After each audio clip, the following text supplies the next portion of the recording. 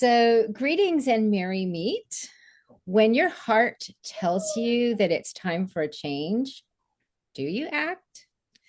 What if life and work could be dramatically different from what you're experiencing today? I'm Dr. Kathryn Bingham, and I help people create the life and work that they can't wait to wake up to. And our guest today is Bob Carter. Bob Carter has a storied career in the corporate realm, as many did in the post-COVID environment. He made a life change grounded in making an impact. So, Bob, welcome. Hello, good to be here. So I mentioned the idea at the very beginning of creating significant change. So let's relieve the suspense. Bob transitioned from corporate work, and now he is engaging with a musical theater adventure. So tell us a bit about your journey. Yeah, I'd been in the corporate world for about 40 years, and you and I obviously worked together for a number of those many years ago when I Yes. lived on your side of the pond in Tucson. And having spent about 40 years, that there was an opportunity to make a change in 2021. And what I decided to do was I was leaving my current position Mhm. in business development and transformational change. And I thought, do I really want to start looking around for another corporate job, or shall I follow my dreams? And I thought, well, you Mm. know what? I wrote a book about turning dreams into reality years ago. Let's go for it. So I was in a band, semi-professional band. We've recorded an album. That band was called Park Bridge. And one of the songs I'd written for Park Bridge was about the Peterloo massacre in Manchester in 1819. And the Peterloo massacre, it was a group of reformers had organised a mass rally in the centre of Manchester town, because it wasn't a city in those days in 1819. And they'd organised this mass rally, and it basically turned into carnage because the authorities didn't want people talking about reforming Parliament, giving people the right to vote, etc. And the Mhm. long story short is that untrained, self-titled yeomanry charged the crowd to arrest the speaker, and 18 people were killed and over 700 injured. So I wrote a song about this, simply titled Peterloo. And then I thought, there are other songs that I've written, some that Park Bridge have performed, and others that were just waiting for me to complete, that were all kind of on the same theme. And so I just, out of a whim, the other three members of Park Bridge weren't available to help me. So almost on a whim, I thought, right, I'm going to turn this into a rock musical. And I've always liked things like Jeff Wayne's War of the Worlds and Rick Wakeman's Journey to the Center of the Earth, and even Quadrophenia by The Who, and musical theatre like Les Mis, and all these things. I thought, right, how can I grab the best out of all that and create a musical about Peterloo? And as I developed it, it's now in three acts. It's immediately after the massacre is Act One. Act Two is throughout the 19th century, when various acts of reform are introduced into British politics. And then Act Three is bang up to date, based outside a pub in the town that I live in called Ashton-under-Lyne, where a wonderful lady called Pauline Town and a group of volunteers make 150 packed lunches every day for homeless and struggling people. Every day they get up very early, make 150 packed lunches. So Act Three is all about that kind of an environment, and it's looking at, of all the things that people wanted change in 1819, um, they've kind of attacked those symptoms, but they've never got to the root cause of it. And Mm. the symptoms were, you know, the northwest of England in particular wasn't represented in Parliament. And yet there were villages in the south of England near London that maybe had two members of parliament and only a handful of voters or a handful of constituents. So the distribution of parliamentary seats was one of the things. Um, After the Napoleonic Wars had finished, there was a lot of hardship. The country was broke. Um, they didn't mind feathering the nests of the senior officers at Waterloo. Yes. Wellington himself got £100,000, which is probably worth about £100 million in today's money, and yet people couldn't afford bread in parts of the country where they'd been soldiering at Waterloo not many years before.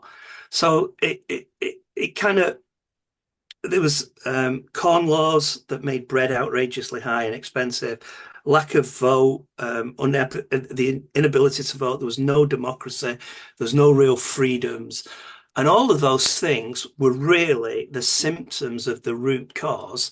And the root cause was the rich were feathering their own nests. They were lining their pockets, making their lives more and more comfortable, whereas ordinary families were kind of starving. And so when I look at the world today, and I Yes. look at the last few governments over here, and some of the things that are happening even in the USA and in other countries as well. And I just pick on mine in your country.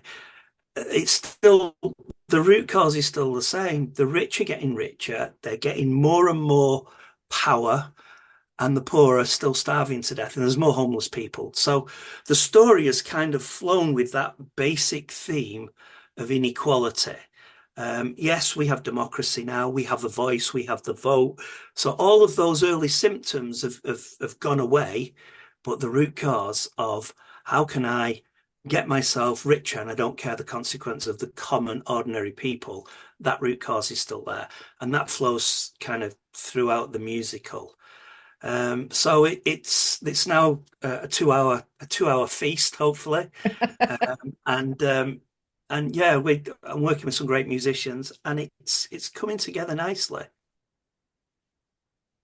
So, Bob, what was interesting was, as you know, in our initial conversation, you had told me that there was a movie that people might not know anything about it. So I hunted this down, and folks, you can find it on Amazon. If you have Amazon Prime, you can go over to the search menu and find Peterloo and watch the movie that was created.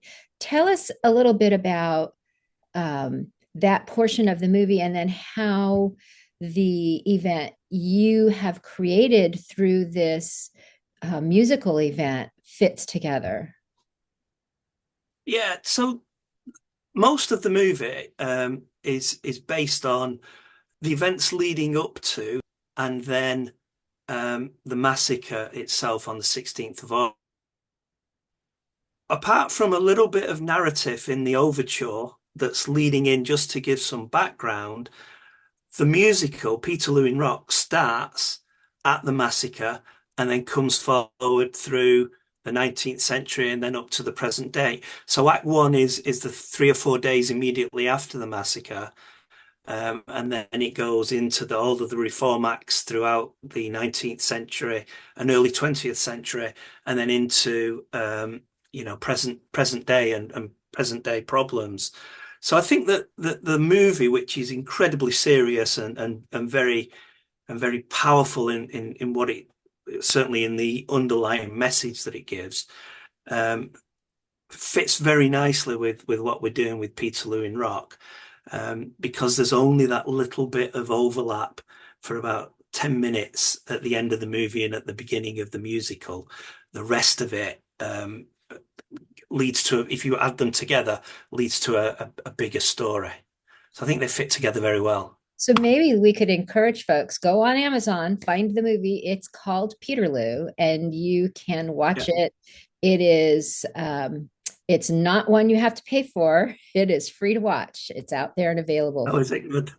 So at least right now it is. So again, Peterloo on Amazon.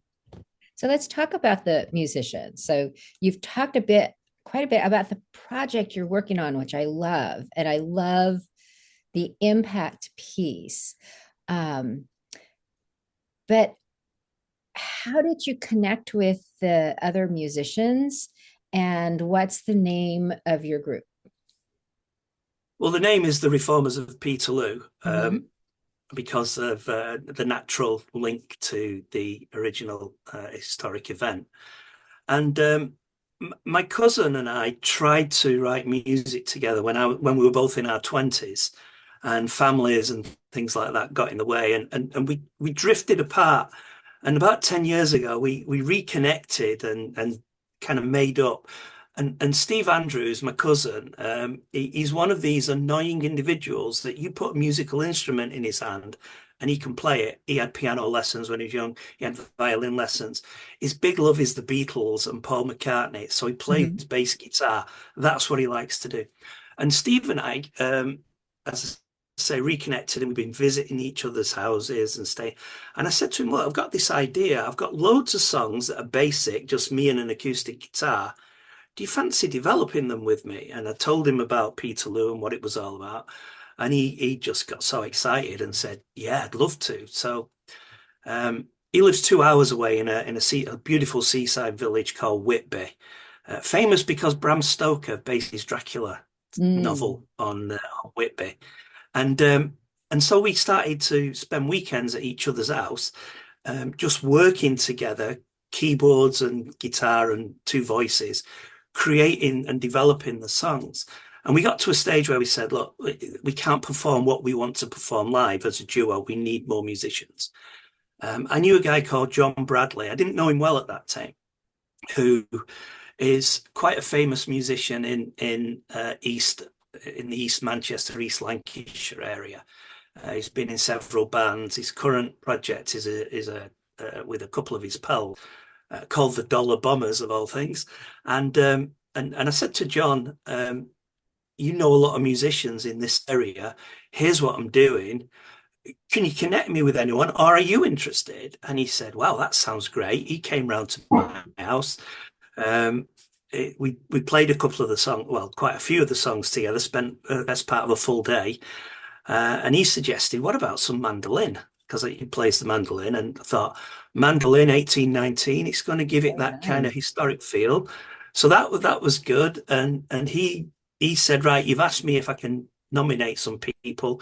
You need a lead female singer to play the part of well, initially Mary Fields, who was on the platform when the yeomanry attacked on the 16th of August 1819. And we've also got a very famous Mancunian lady called Emmeline Pankhurst. I don't know if you know that name in the States, but she was the leading female suffragette, getting equal rights for women and getting the vote for women towards the end of the 19th century. So Mary Files joins. So she plays nice acoustic guitar. She's got a great voice, a bit like Joan Baez, if I dare say that. And she joined us and suggested a guy called Julian Homer, um, for lead guitar. And he came round again. We had the chat, and he loved the idea. And he's very creative, Julian. He's one of these crazy guys who you give him an idea and he takes it in a completely different direction. You go, "Wow, where did that come from?" So he's lead guitar. A mutual friend of Julian's and mine knew a drummer, so we got the drummer in, Matt Horton, who joined us just before Christmas.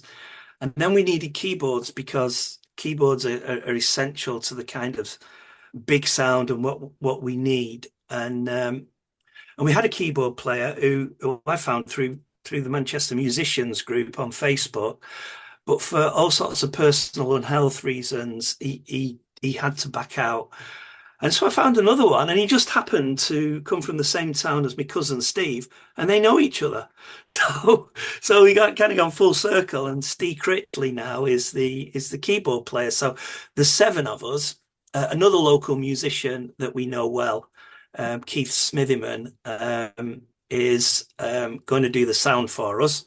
And he's a very good sound engineer as well as a good guitarist and singer-songwriter. And then we've got another little trick up our sleeve. And there's a graphic novelist from the Manchester area. He's called Paul Fitzgerald, but he goes by the name of Polyp, Poyp. And he's written a graphic novel about Peterloo and about all sorts of other historical events. And he's going to put together a video slash slideshow. So while we're performing on stage, you'll have all these images behind the band depicting what's going on I in the love songs and the storyline at that time. So it's actually going to be 9 of us working on the project when we go live with it. So, but that's how the musicians all came together. We did none of us. Some knew some, but nobody knew everybody. And we've become a pretty close-knit community now. And I just, I mean, they say about how privileged they are to work on it because they love the project. But trust me, I'm more privileged to be working with them because of the talent that they bring. It's fantastic. That's awesome. Now, you know, when we talked earlier, you described the work as edutainment. So what does that mean to you? Well, Kathryn, I think you're being modest because many years ago you attended a training course that I led, and training courses can be boring. I always try and make them as fun as I can or I did when I was doing them. So as well as getting the education across, I was also trying to make it fun. And you came up with the phrase, "You're an edutainer." And it stuck with me forever. So edutainment means exactly that. It's a mix of trying to get a message across, but in a way that's entertaining to people that you're trying to get that message to. Mhm. And the educational bit is about the history and how democracy has been shaped, not just in the UK, but elsewhere in the world, including the USA, over the years following what happened at Peterloo. But in a way that we hope that the songs speak for themselves and the story speaks for itself as well. You know, and people love War of the Worlds and all the other stuff that I talked about earlier, and hopefully they'll hear the music and they'll get the story through the music, and so that's where it becomes edutainment, if you like. It's a mix of entertain. Hopefully, it's going to be entertaining. I'm sure it will be. It should be emotional, and there's definitely a story there that's not well known. And just to kind of expand on that, I go to a lot of music festivals in the UK. I've been to quite a few in America as well at the time, and I've got friends from all over the country. Sometimes I perform, sometimes I'm just there as as a fan of the music. I've got friends from all over the United Kingdom and beyond. And outside of Manchester, basically nobody really knows what Peterloo is. And inside Manchester, people have heard of it, but they don't really know what happened and why it's so important to the way freedoms and democracy has evolved over the years, over the last 200 years since then. So that's kind of it was eye-opening to me because I just thought everybody knew, at least had heard of it in the UK, and they hadn't. And I went to school in the Greater Manchester area, 4 miles. My school was 4 miles away from where the atrocity was, and we didn't do it in history. And most people don't do it in history. It's kind of brushed under the table a little bit. So The that's people who write the books create the history, yeah. right? And so if they don't tell you, I mean, we talked a bit at one point in our prior conversation about the fact that the individuals were really looking for a voice in their representation, Yeah, and that and you, when you hear the story, and I don't want to take away from people learning and discovering it on their own so that they can take it all in, but they had very real and legitimate issues that you brought up, the corn laws and some other elements that were just yeah, causing severe deprivation. And we talked about this idea of the vote. And one of the things that, you know, it's this is pervasive everywhere, and it still continues about how do people find their voice and actually utilize their voice. So here, when I moved from the West Coast to the East Coast, and it came up time to vote in one of our voting cycles, I'm like, well, where's my book? People in the neighborhood were like, what do you mean your book? Like in California, they send out a book for the vote, and it has Right. all of the people who are running. It talks about what the issues are that are on the ballot. It tells you who is, it gives you the exact language or language change through strikeout. Here's what we're taking away. Here's what we're putting back. Here's what the um, financial department of the state anticipates are the Mhm. financial impacts for the community. And so it has all of that. And so every voting cycle, we would have this information for Mhm. ourselves. And I got out to South Carolina. I'm like, I don't understand. There's no information. How do I figure? I didn't even know where my polling place was. And I got to talking with a gentleman who does, he has a larger scale nonprofit organization that works issues that impact our communities and impact our underserved and marginalized populations. And he said, Kathryn, do you not understand why you don't have that out here? And I'm like, well, not yet. This is my first year and I'm just trying to learn Yeah. everything that I can. And he said, well, this was a way to keep the Black population from voting. If they had the right to vote, but there was no information, you can't find your polling place, they don't send out um, any kind of card that says, okay, here's the issue that's at hand. You have to go find that information for yourself and you have to educate yourself to go vote. So Wow. even though individuals have the right to vote, and they do, it's not made as easy to vote as it is in perhaps some other locations. So I'm not saying California is the be all and end all, because there are certainly some things politically that I would say I take a little bit of issue with. However, that is something that I feel they did really, really well. And that is to make voting accessible and to educate anyone.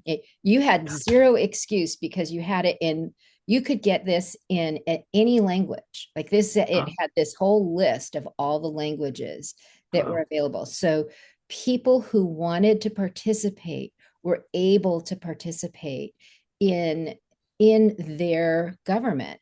And I feel like wherever we are in the globe, that is something that allows us to not just have a voice, but to utilize it in ways that can change lives, can change outcomes. Now, you never know, because once somebody gets into office, they can be, let's just call it unique and move on to another conversation. But it's interesting that, we have these issues that date back historically Mhm. to having people be able to participate in how they are governed. And we still have issues across Yeah. the globe of how people are able to or not to Yeah. use their voice and participate in government. And I think one of the messages is that we still have root cause issues in our communities that still need to be addressed. And how do we go about doing that? And I love the fact that part of the impact of having a musical that speaks to this is to maybe prompt some thoughts of the attendees to say, okay, well, what's my part? Do I have a part? Is there something I can be doing that helps people to move from where I am today to where we might hope ourselves to be Yeah. further down the road? I think some of what you just said is absolutely shocking that in 2025 that kind of thing still happens. But we see it all the time, don't we? To me, one of the big issues is I call it headline politics. And Yes. what that means is that various um, politicians, when they're up for election and re-election, they give you all these headlines, these shocking headlines, and you're almost seen as an idiot if you start to question why. Well, why and Mm. how are you going to do that, and what's the detail behind it? And I talked about Paul Fitzgerald Pollitt earlier, the graphic novelist. He's very vociferous on Facebook, and and all he's doing is he's asking questions. He might use a particular issue of the day, and then but then he'll start to question it, and he'll question it and encourage other people to question it as well. And I think that there's not enough of that goes on. We had a Brexit vote in the UK 7 or 8 years ago now, when the vote was, and the UK voted very narrowly to leave the European Union. Okay, and there was all sorts of things in each manifesto, the Remainers and the Leavers manifestos. And when you went behind each of those, um, I'll call them enthusiastic claims, there Mm. was no substance either way. There was no Right. substance as to why.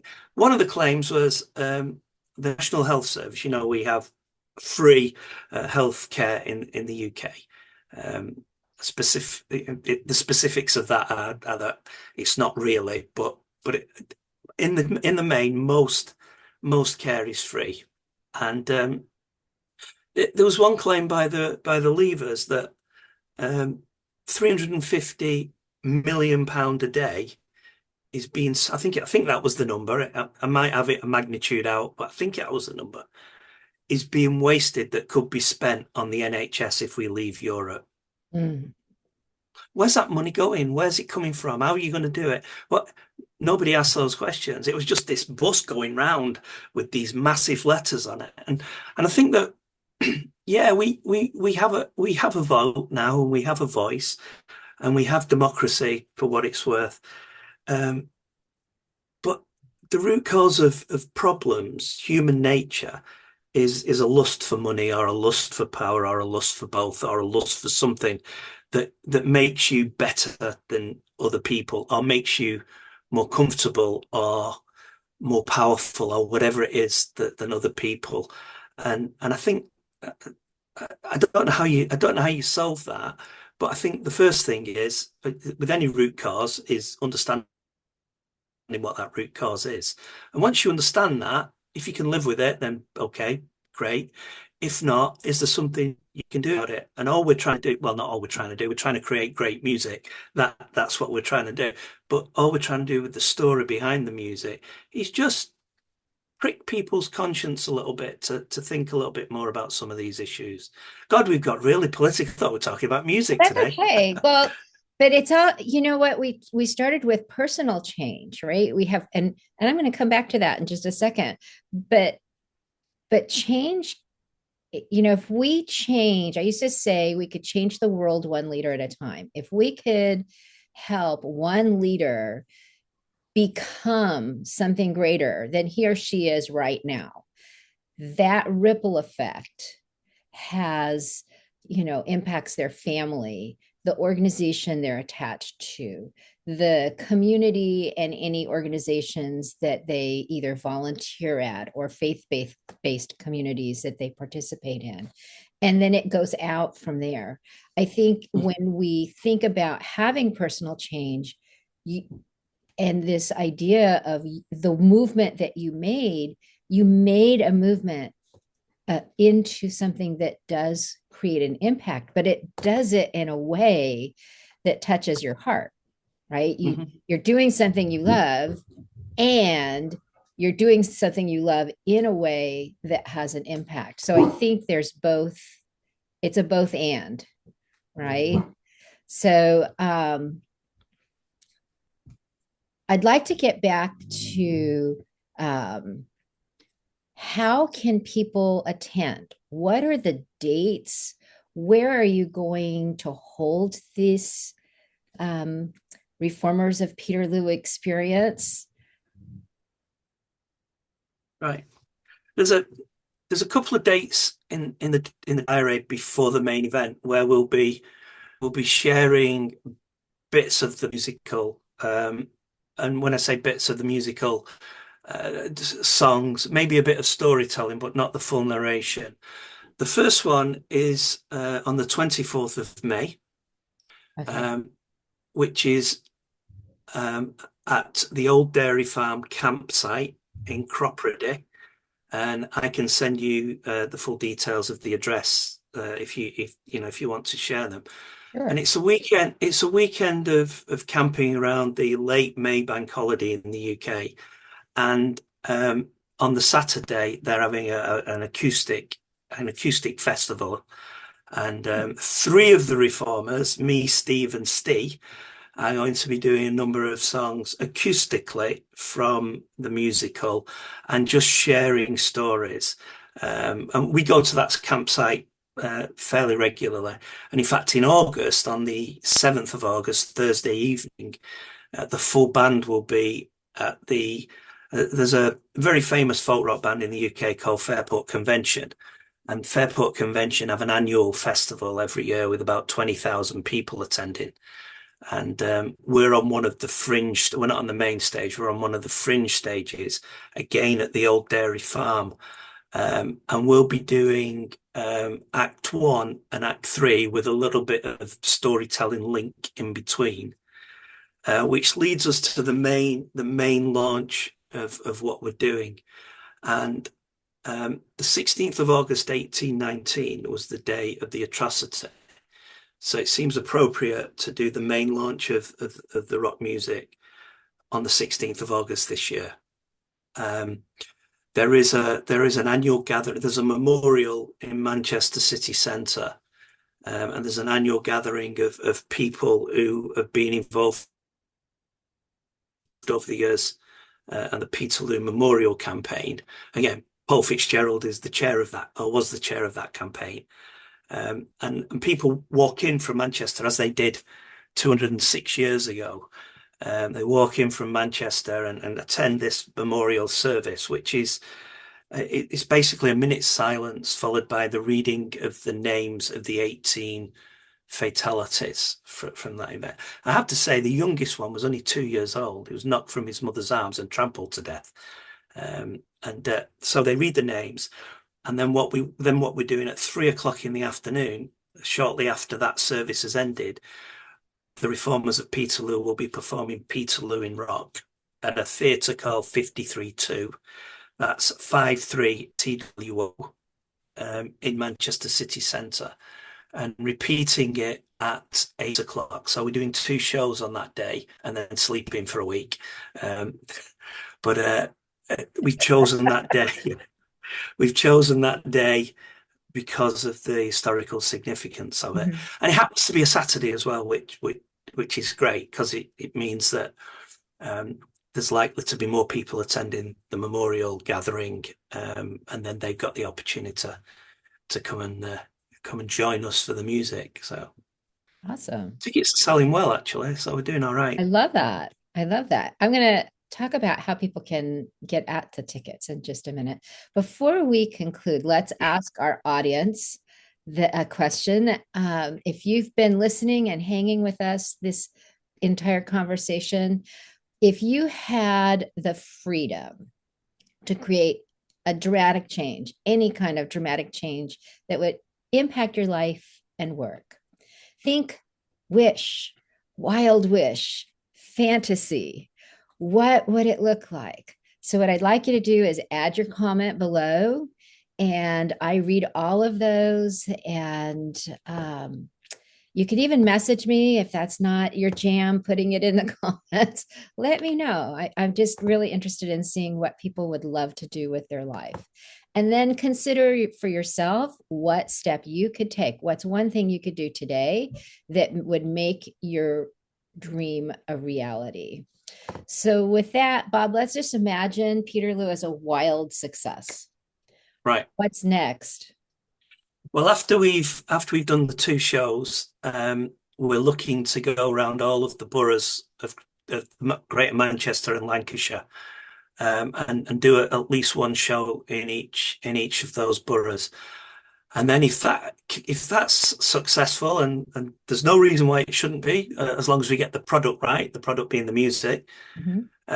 then we're looking to go wide around the UK with it, and then dependent on how that goes, maybe an even bigger tour. The the first thing is to get the product right, and that's what we're all working very hard on at the moment. The music has got to speak for itself. Mhm.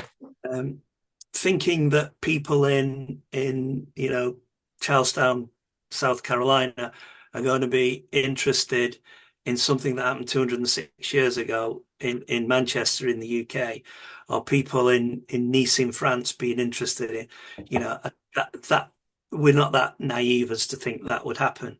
But if they hear some of the songs and think, wow, we like this music, this is great, then that might, that's the only way that we're going to take it outside of the UK, or Mhm. even outside of Greater Manchester. Within the Manchester and Lancashire regions of the northwest of England, I think that the historical significance and the story will bring people to watch it. Beyond that, it's going to have to be people saying, "Did you hear that song from that new music, Mm. that musical Yes. Peterloo Yes. in Rock? Well, that great." So once we've done a number of gigs and got it really, really polished, hopefully by August 16th, then we'll start thinking about how do we take this into a studio and record it. Um, and we do we will be doing some fundraising things to help us pay for that at some Mhm. stage. Obviously, selling out gigs and concerts is Helps. a big help towards that. Yes. But yeah, so the sky's the limit in terms of ambition, but we got to take it step by step. Mhm. I was about to say, we're not naive enough to think that we're going to be invited to play Carnegie Hall or any, the Mhm. Fillmore or whatever. Um, but we may get there eventually. But the first ambition is make the music as good as it can be, Mhm. put on good shows in August, and then start to hopefully fill up some venues locally, but in the boroughs, so that people don't have to go into Manchester city centre. They Sure. can go to their local thing, and then get it recorded, and then see what happens from then. So it's simple, achievable step at a time. I think is the best way of doing it. I think so. I think so. So, any final thoughts before we close out? I don't know whether this will work, but we do have a poster, I and love that. Yeah, show it. Let's see. so that's the poster. And if I kind of zoom that in a bit and get the light off it, can you see the QR code there? I can. And I'm going to tell people where they can find that as well. Yeah. So let's go ahead and do that. So first of all, before I get into housekeeping again to close out, I just really want to thank you for your time today and for everyone who hung with us for this conversation on not only Bob's change, but the opportunity to do something that has impact out in the world. Create edutainment. That is an awesome way of going forth and doing great things. So I would ask, if you enjoyed the conversation, if you learned something, if you have a takeaway, subscribe to the channel, because then you'll know when I post something new. I don't do it with great consistency, I confess, but I hope to change that. Um, what we'll do is we'll add the following links to the description so that you know how to access your tickets. And the very first one is that Reformers of Peterloo has a Facebook page where you can find not only that QR code, but a link so that you can access your tickets for the August event in Manchester. If you'd like to reach Bob, there will be his email, which is 1960 Bob Carter, BOBCARTER at gmail.com. And then his LinkedIn